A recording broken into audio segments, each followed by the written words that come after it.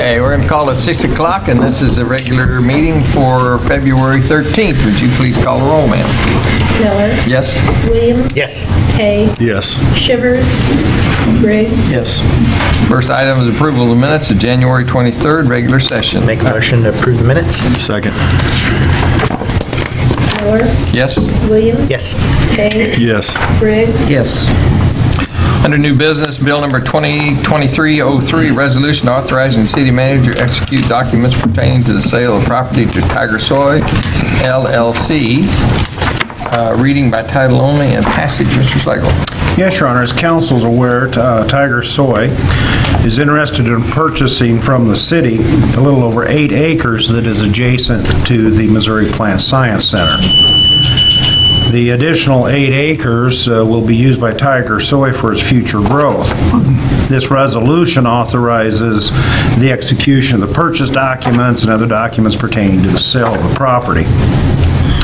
The Plant Science Center Board of Directors approved the sale of the Plant Science Center to Tiger Soy in November of 2022, and that closing is anticipated the first part of March. This purchase agreement is between the City of Mexico, County of Audrain, and Tiger Soy. The purchase price is for $61,050 from Tiger Soy. Closing is scheduled to be held on or before March 31st of this year. So we would recommend the council proceed with reading by title only and passage of the attached resolution authorizing the sale and the execution of the documents. How much property does that leave us out there? I think that leaves us around 48 acres. You don't exactly know what they're going to be doing with their expansion, other than expand. Right.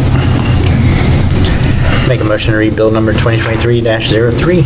Second. Miller. Yes. Williams. Yes. Hay. Yes. Briggs. Yes. Bill number 2023-03, a resolution authorizing the city manager to execute documents pertaining to the sale of property to Tiger Soy LLC. I move for passage of bill 2023-03. Second. Miller. Yes. Williams. Yes. Hay. Yes. Briggs. Yes.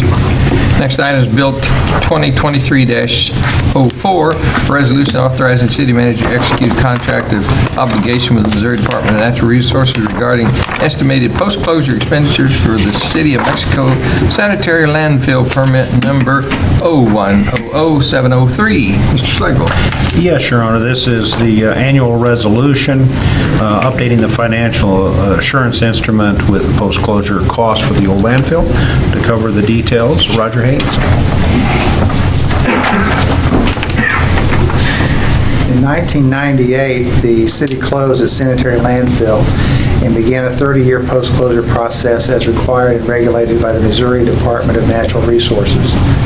As part of that post-closure process, the City of Mexico prepares an estimate of annual and cumulative cost related to post-closure activities and submits the report to MDNR for approval. As in previous years, staff will submit an executed contract for obligation along with an updated financial assurance instrument to MDNR noting the potential post-closure cost estimate of $103,825. As of September 30th, 2022, the city has $171,841 in the post-closure fund.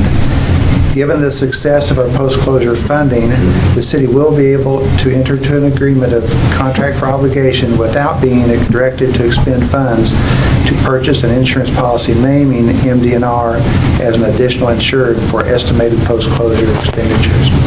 Staff does recommend the council to proceed by reading by title only and passage of the resolution authorizing the city manager to sign the contract of obligation with the Missouri Department of Natural Resources.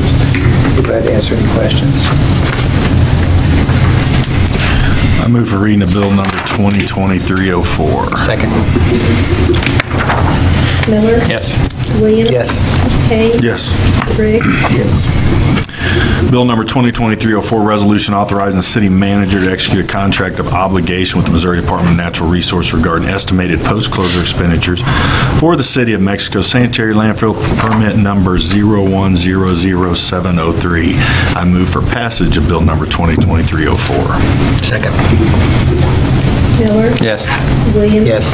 Hay. Yes. Briggs. Yes. next item is Bill number 2023-05, a resolution adopting residential refuse rates covering anticipated cost of sanitation services beginning April 1, 2023. Mr. Slagle. Yes, Your Honor. This is the annual pricing adjustment for the residential sanitation services. To cover the details, once again, Roger Haynes. In April 2014, the City of Mexico began a 10-year residential sanitation services contract with Danes Waste Disposal. The contract includes annual pricing adjustments that are set to take place April 1st of each year. Staff has taken into consideration residential unit pricing with the services contract, along with other operating expenses related to sanitation services provided by the city that are to be properly funded through user fees. I've provided to council a summary of anticipated expenses for the sanitation department for the next 12 months beginning April 1, 2023, followed by a fee adjustment calculation. It is important to note the anticipated cost associated with the Household Hazardous Waste Collection Center and part of brush yard operations are included within the user fee analysis. On an annual basis, net expenses to be covered by fees, the total amount is $694,520. We currently have on average 4,360 residential accounts. Dividing that number into that $694,520, we get $159.29 per account. We divide that, of course, by the 12-month cycle, and we come up with a $13.27 per month cost for residential services. The $13.27 per month will represent the base rate for sanitation services. Last year's base rate was $12.95, so we're looking at an adjustment of approximately 2.47% between the two 12-month cycles. In addition to the base rate for services, a fuel cost adjustment is made part of the monthly service cost in result of the terms of our contract with Danes Waste Disposal. Staff does recommend that council proceed with reading by title only and passage of the attached resolution setting the monthly base rate for sanitation services in the amount of $13.27 per month, along with a fuel cost adjusted rate cap of $14.20 for the 12-month period beginning April 1, 2023 through March 31st, 2024. Just to note, to reach that rate cap, the cost of diesel fuel would have to hit $6.85 per gallon. This is the last year of our 10-year contract with Danes Waste Disposal, so we will be going out for proposals early summer. I'll be glad to answer any questions that the council might have. Those will be back to us by budget time? Pretty close. In talking to the potential bidders, they don't want to bid too soon with it not taking effect until April 1 of '24, but they also want to have enough time if they were a new provider that they'd have time to order trucks and get employees in process, which in talking to the larger providers, getting new trucks is not an easy task, just like we found with us trying to buy new equipment since COVID-19. Well, I'll say 10 years with Dane, he's been good to us. So. Yes. Inflation is like 7-8%, and we're only getting a 2.47% increase per year. I have to ask, and I'm sure, it's not 1327 plus 1420, is it? No, it's basically Dane's part of this is $9.29, so he gets up to a 10% allowance. So I'm adding 93 cents is the cap that he can add to our base rate, and that's where we come up with the 1420. Okay, well, just the way it reads, it says 1350 with a fuel cost adjustment cap of 1420. Sounds like they add together. True.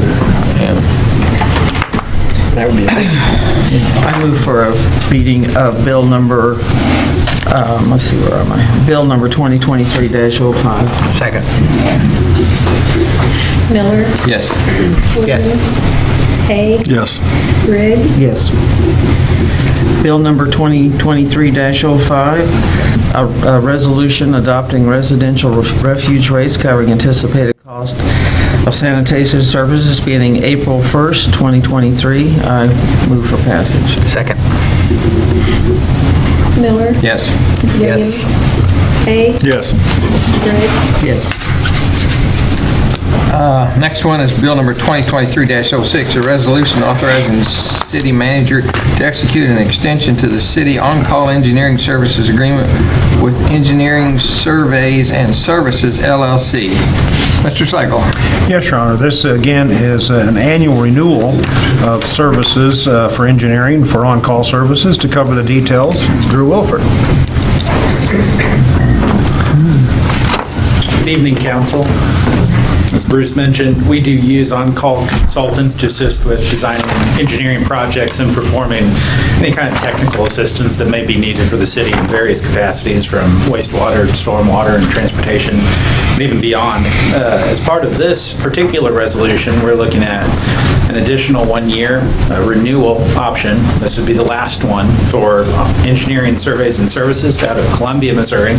We conducted a review with them on January 24th of this year, and the review went well. We don't see anything that is concerning that would prevent us from, or preclude us from continuing and working with them. So we would recommend proceeding to renew services with Engineering Surveys and Services. And if you have any questions, be happy to answer them. What kind of rate increase are they looking for? That's just Looking at- general ballpark. Yeah, looking at their fee schedule is about a 4 to 5% increase. I move for reading of Bill number 2023-06. Second. Miller, Yes. Williams, Yes. Hay, Yes. Briggs, Yes. Bill number 2023-06, a resolution authorizing city manager to execute an extension to the city's on-call engineering services agreement with Engineering Surveys and Services, LLC. I move for passage of Bill number 2023-06. Second. Miller, Yes. Williams, Yes. Hay, Yes. Briggs, Yes. Next item is Bill number 2023-07, a resolution authorizing the city manager to sign an engineering services agreement with Great River Associates Incorporated for professional services related to TAP Grant 4400-312. Mr. Slagle. Your Honor, this would be for design and construction engineering services to assist with the reconstructing of the sidewalk along Muldrow Street. We did receive a Transportation Alternatives Program grant for that, and this contract would assist us in doing those engineering fees. To cover the details of the contract, once again, Drew Wilford. Council, this project is for sidewalk between Quisenberry and Buchanan on Muldrow. So this is essentially phase 2 of the process to rebuild sidewalks along Muldrow. And we were in talks with the way this particular process and the grant works is MoDOT has a list of engineering firms that you can use on an on-call basis. So we pursued one of our on-call engineers first. We could not come to an agreement on terms in that particular venture, and so we went on to another engineering firm, Great River Associates, and we did come to an agreement with them. The total project is estimated to be about $242,000, and staff is estimating about $29,000 for engineering. We have allocated that in the 2022-2023 budget. The particular costs of this is in that $25,000 range, and we do have the amount budgeted. This will help us get a design completed for the sidewalk. Should be able to procure all the necessary paperwork necessary to complete the grant application process with MoDOT, which can get extensive. So we're recommending to proceed with Great River Associates. They have done work in the county of Audrain before. They did a bridge engineering assistance program study for Pollock Road Bridge not all that long ago. I think it was 2019. So we are familiar with them. We have no concerns about their quality of work or any of that nature. So we'd recommend proceeding. And again, this is a grant, which would be an 80-20 match on all of these costs that would be accrued. So if you have any questions, I'll be happy to answer. I was going to ask if you were familiar with them, or if you had, and you answered that question. We are. Yeah, we have no concerns with their quality of work. Move for reading of bill number 2023-07. Second. Second. Yes. Miller, Williams, Yes. Hay, Yes. Briggs, Yes. Bill number 2023-07, a resolution authorizing the city manager to sign an engineering services agreement with Great River Associates Incorporated for professional services related to TAP Grant 4400. I move for passage of bill number 2023-07. Second. Miller, Yes. Williams. Yes. Kay, Yes. Briggs, Yes. Next item under other business, staff report accepting the bid for Municipal Equipment Company Incorporated for the 2023 lift station cellular alarm project. Mr. Seigel. Yes, Your Honor. This is for the purchase of computer monitoring and alarm system equipment within 3 lift stations within our system. And to cover the details of the bids, once again, Drew Wilbur. Council, this particular staff report will look at installing a monitoring and alarm system at 3 of our lift stations across the city. First one being Route 15, which is a larger lift station that drains essentially the northwest quadrant of town. The other one down by Pearl Motor Company, which is along South Clark Street. And of course, that assists in draining anything that is more or less near Walmart in that area.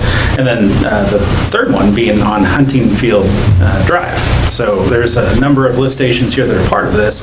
And we selected those because they're at critical locations throughout the city.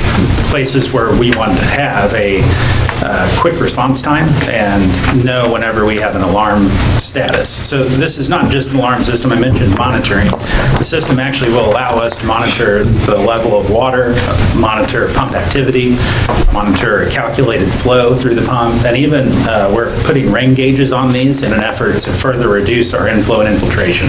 We're really trying to tighten that down. We've been doing slip lining. We feel like this is another method of tracking pump usage and rainwater at the exact same time.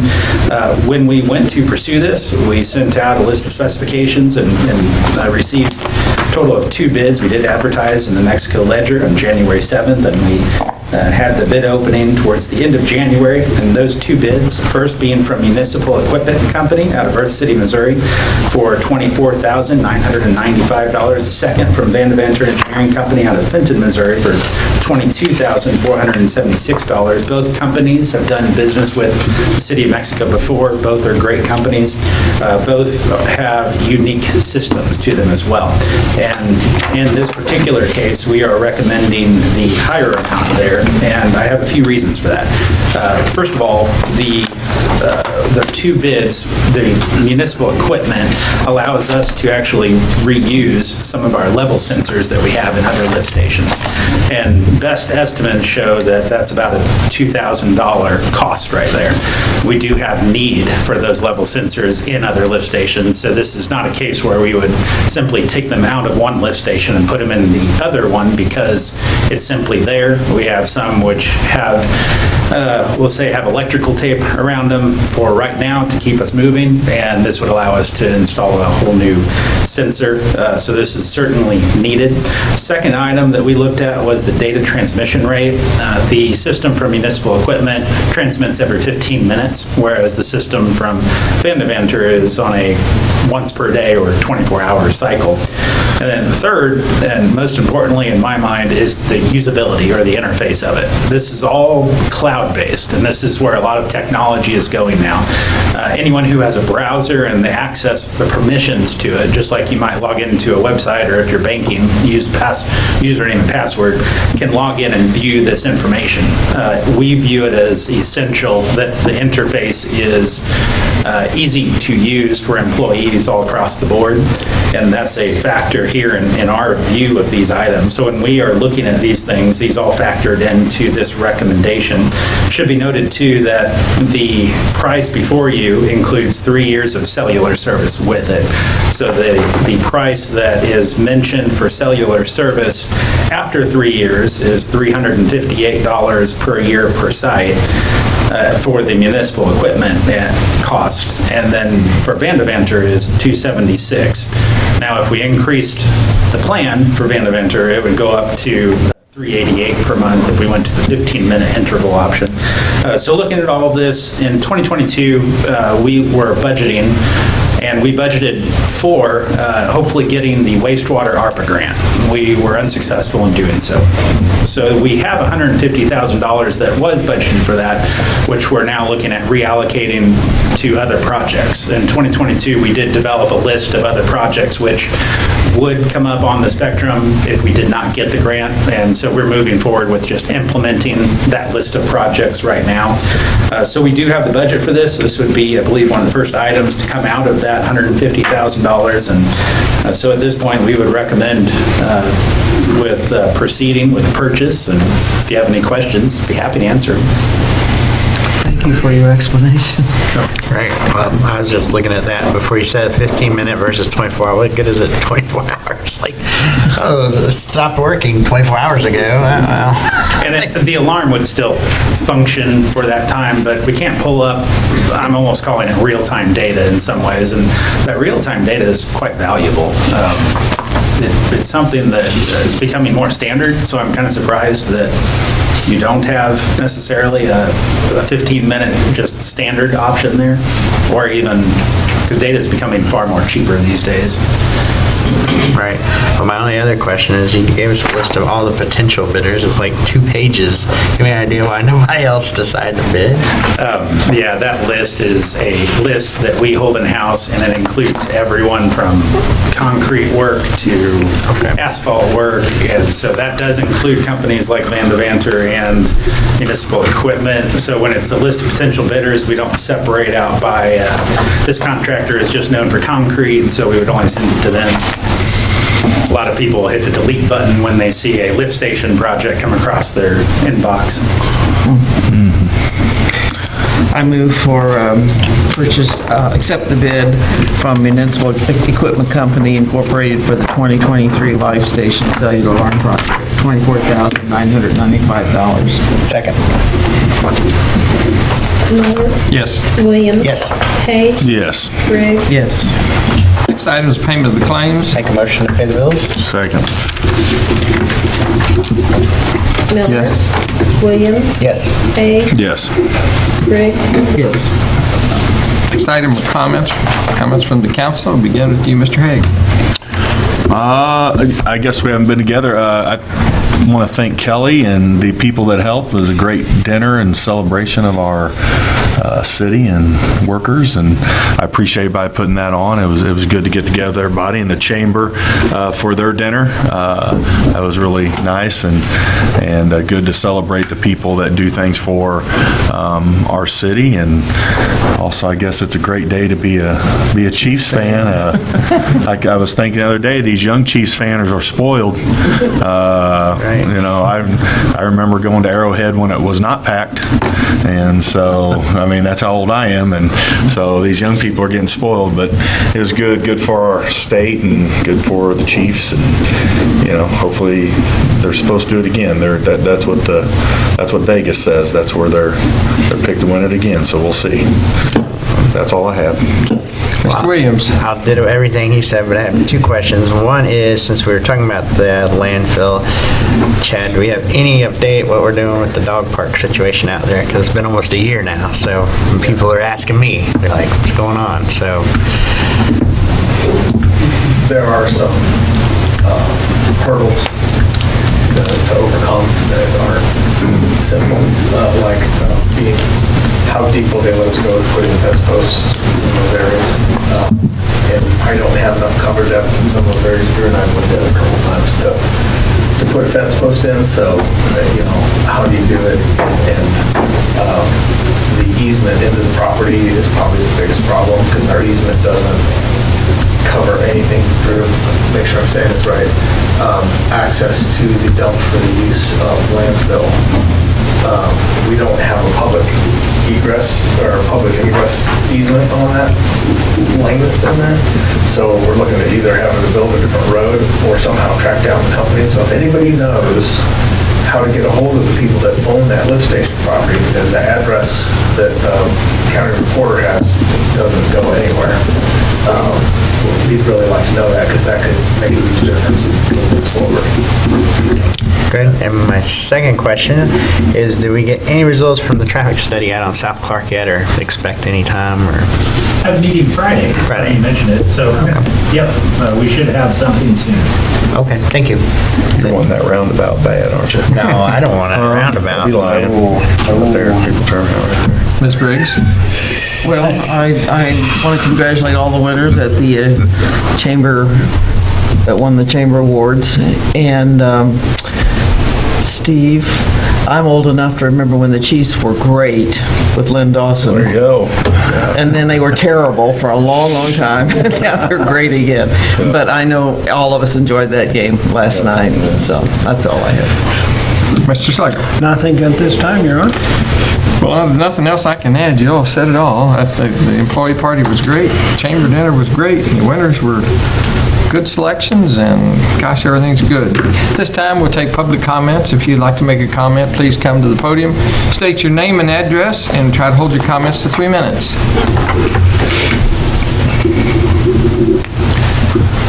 Seeing no one come forward. Oh, here we go.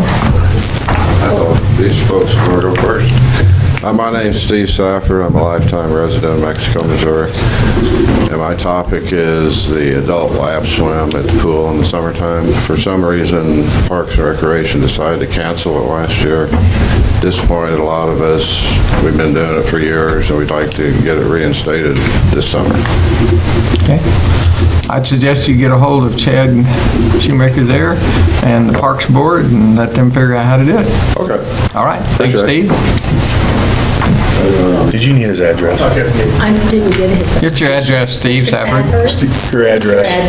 803 West Boulevard. Thank you, sir. Anyone else? Yep. Yes, sir. Hi, Richard Gold, 1010 East Liberty Street, but I am talking for one of my friends. He was unable to make it. His son passed away, but he really would like to be able to grow chickens on in his house. He doesn't have more than an acre. The city rules are you need 200 feet from the road, and basically, the way he wanted me to bring it up was St. Louis, Kansas City, Columbia, Jeff City, Springfield, they all allow this. It's not anything new that it's not allowed in big cities.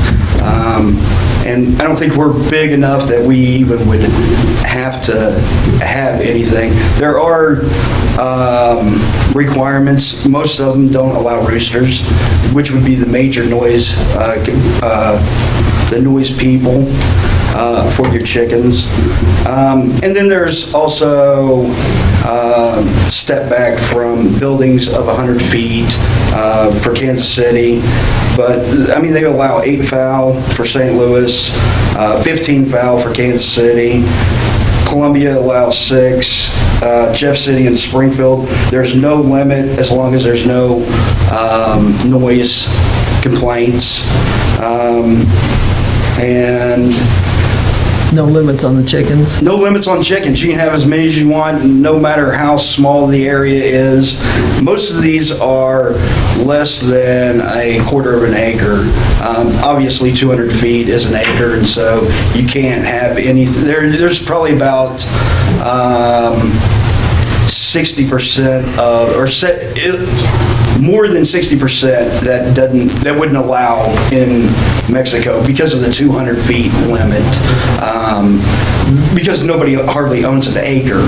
That's what you would need. You would need an acre and plus on top of that. Where he lives at, just a second. He lives at 1307 Green Meadow Drive, and basically he lives behind the wetlands in between Fairground and that, and they said he couldn't even have them. Even though there's nobody behind him, there's nobody to the side of him. You know, so that's kind of the rule that we're having, and obviously he doesn't really understand why, so. Well, thank you for your comments, and we're blind to this right now. So Okay. we couldn't respond to it anyway, but we'll discuss it. Okay, thank you. Thank you. Anyone else? Seeing no one stand up, I move we adjourn. Second. Miller, Yes. Williams, Yes. Hay, Yes. Briggs.